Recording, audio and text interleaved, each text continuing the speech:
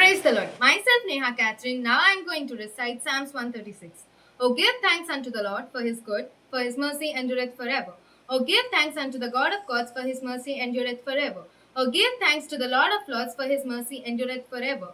To him who alone doeth great wonders, for his mercy endureth forever. To him that by wisdom made the heavens, for his mercy endureth forever. To him that stretched out the earth above the waters, for his mercy endureth forever.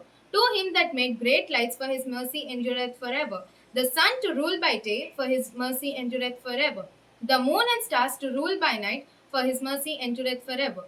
To him that smote Egypt in their firstborn, for his mercy endureth forever. And brought out Israel from among them, for his mercy endureth forever. With a strong hand and with a stretched out arm, for his mercy endureth forever. To him which divided the Red Sea into parts, for his mercy endureth forever, and made Israel to pass to the midst of it, for his mercy endureth forever. But overthrew Pharaoh and his host in the Red Sea, for his mercy endureth forever. To him which led his people through the wilderness, for his mercy endureth forever. To him which smote kings, great kings, for his mercy endureth forever, and slew famous kings, for his mercy endureth forever.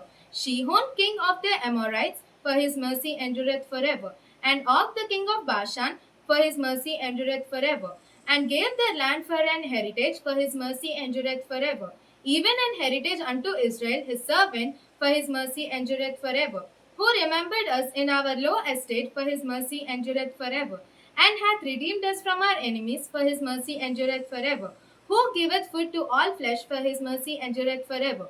Oh, give thanks unto the God of heavens, for his mercy endureth forever. Thank you.